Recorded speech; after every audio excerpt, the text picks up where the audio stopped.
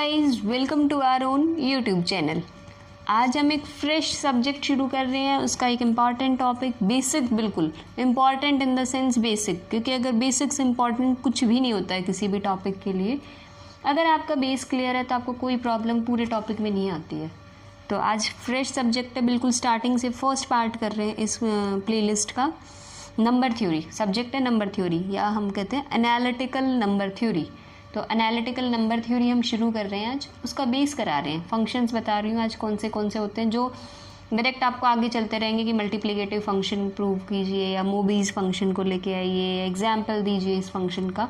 तो आपको फंक्शंस बता रही हूँ आज मैं आपको कि कौन से होते हैं, बिल्कुल बेस है। अर्थमेटिक फंक्शन, अर्थमेटिक फंक्शंस आपको पता ही है। कोई भी एक फंक्शन है जिसका डोमेन हो, रेंज हो, कोडोमेन हो, इस तरह से।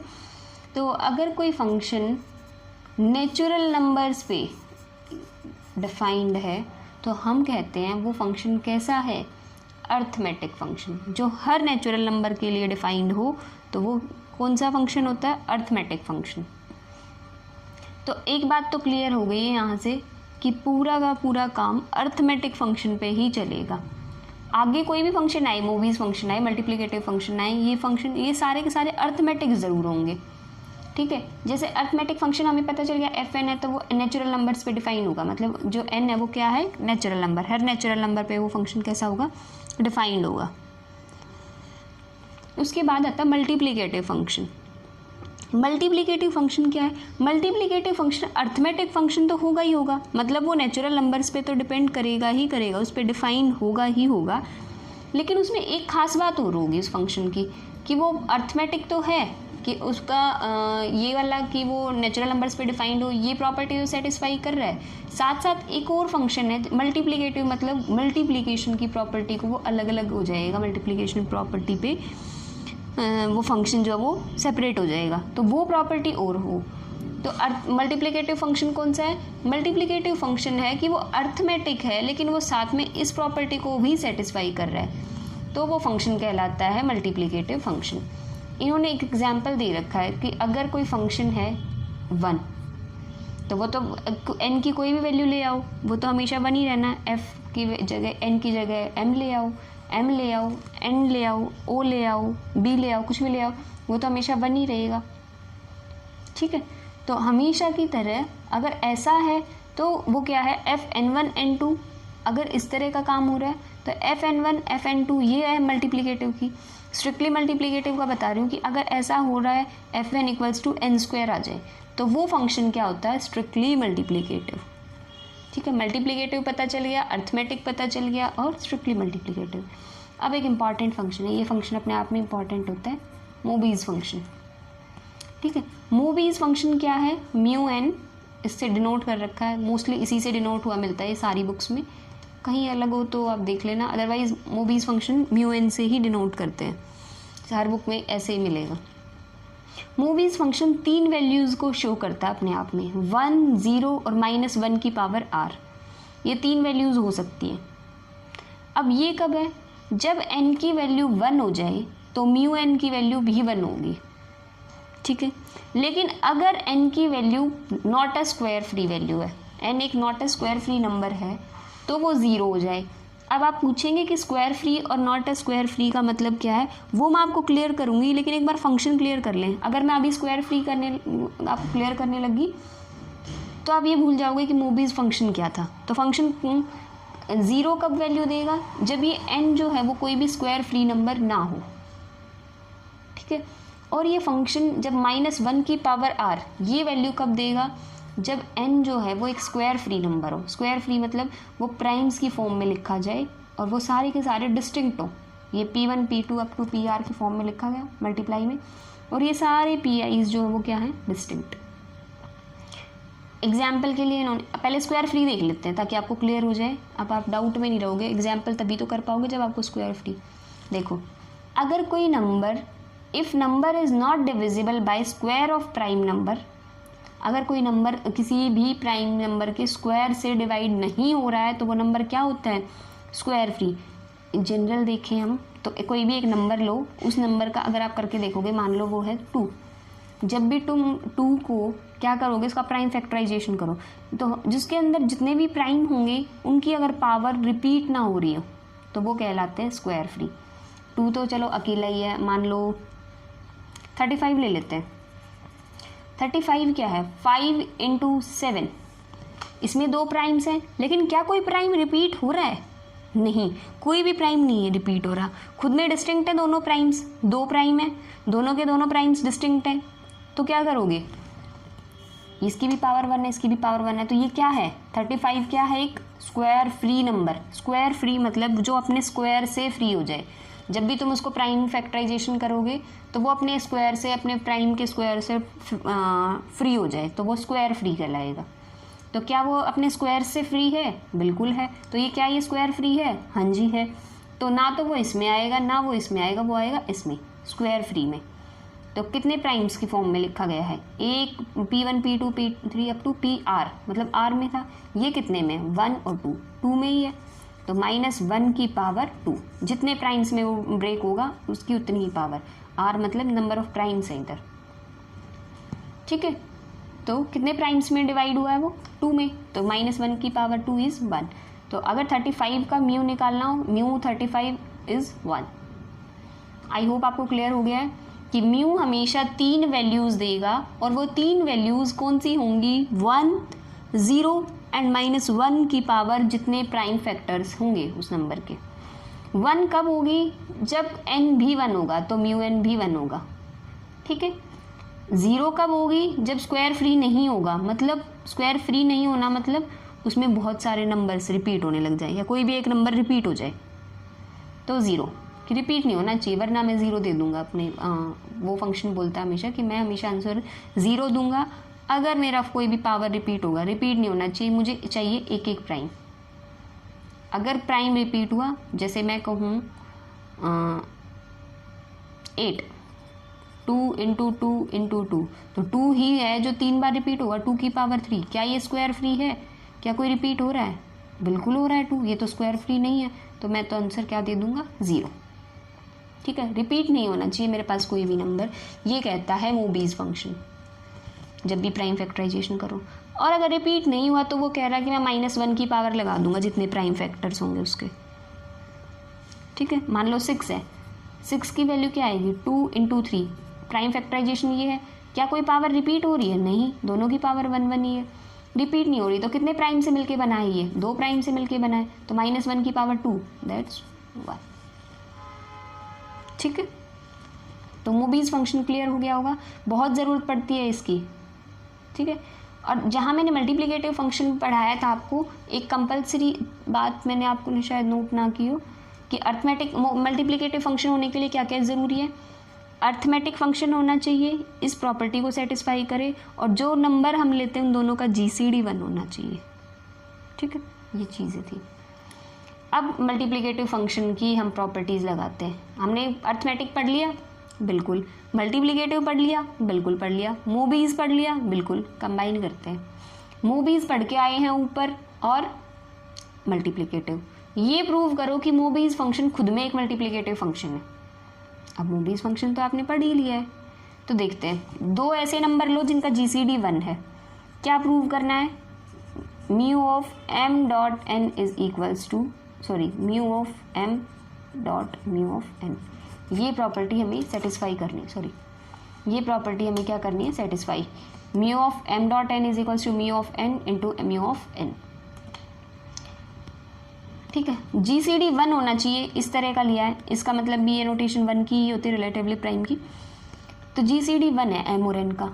m और n का GCD नेचुरल नंबर से है, क्योंकि अर्थमेटिक फंक्शन होता है म्यू n, अर्थमेटिक पे काम करना, नेचुरल नंबर पे डिफाइन होती है। तो 3 केस हो सकते हैं। हो सकता है m1 हो, 1 का GCD तो हमेशा 1 ही आएगा किसी के भी साथ। हो सकता है m कोई भी एक नेचुरल नंबर हो, n1 हो जाए, तो भी 1 का किसी भी आप नेचुरल नंबर के साथ GCD लोगे तो भी 1 आएगा। तीसरा केस ऐसा भी तो हो सकता है, ना तो ये 1 हो ना ये 1 हो, कोई भी 2 नेचुरल नंबर हो, फिर भी उनका GCD 1 तो आ ही सकता है, बिल्कुल आ सकता है। 2 और 3 ले लो, ना तो ये 1 है और ना ये 1 है, फिर भी इनका GCD 1 आएगा, ठीक है।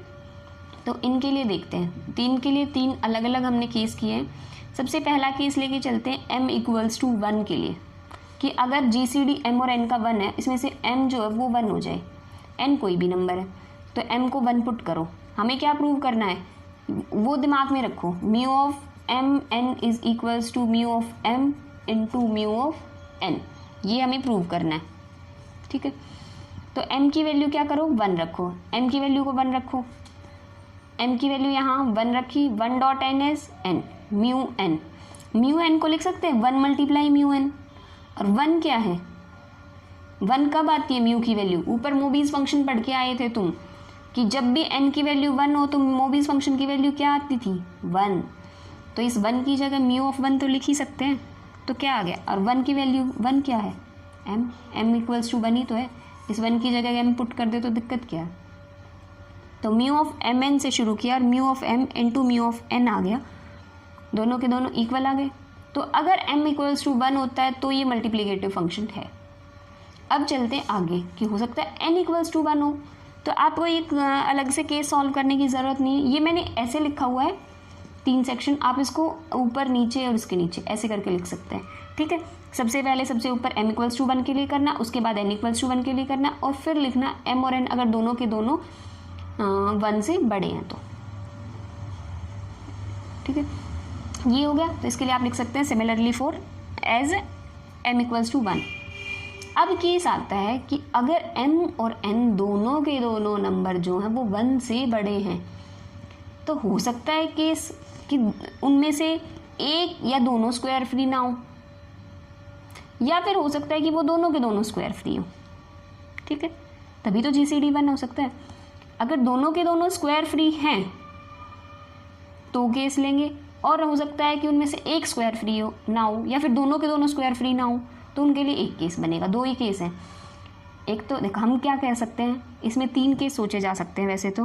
हो सकता है एक नंबर स्क्वायर फ्री हो सकता है हो सकता है एक नंबर स्क्वायर फ्री ना हो सकता है दोनों के दोनों स्क्वायर फ्री ना हो सकता है दोनों के दोनों स्क्वायर फ्री हो। मतलब 3 केस कौन से हो सकता है, ये नंबर जो दोनों नंबर हमने लिए हैं वो स्क्वायर फ्री हो दोनों के दोनों, हो सकता है ये दोनों के दोनों स्क्वायर फ्री ना हो सकता है एक स्क्वायर फ्री और एक स्क्वायर फ्री ना हो।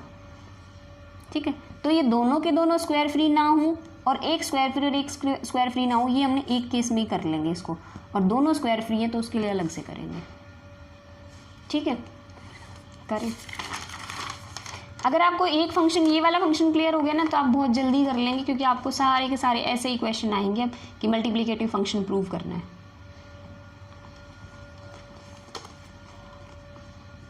एक मिनट, आपको क्लियर दिख रहा है मे बी?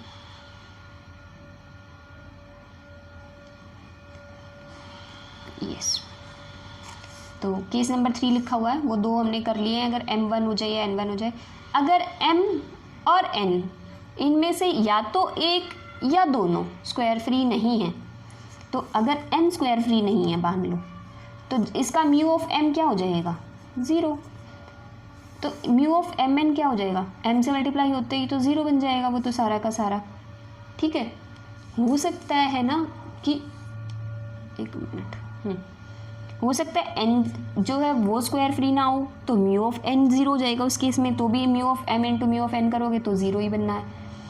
उसके बाद हो सकता है कि दोनों के दोनों नंबर जो है स्क्वायर फ्री ना हो, मतलब म्यू ऑफ n भी 0, म्यू ऑफ m भी 0 और म्यू ऑफ n भी 0 हो। अगर ऐसा होता है तो mu of m into mu of n भी पक्का 0 ही होगा।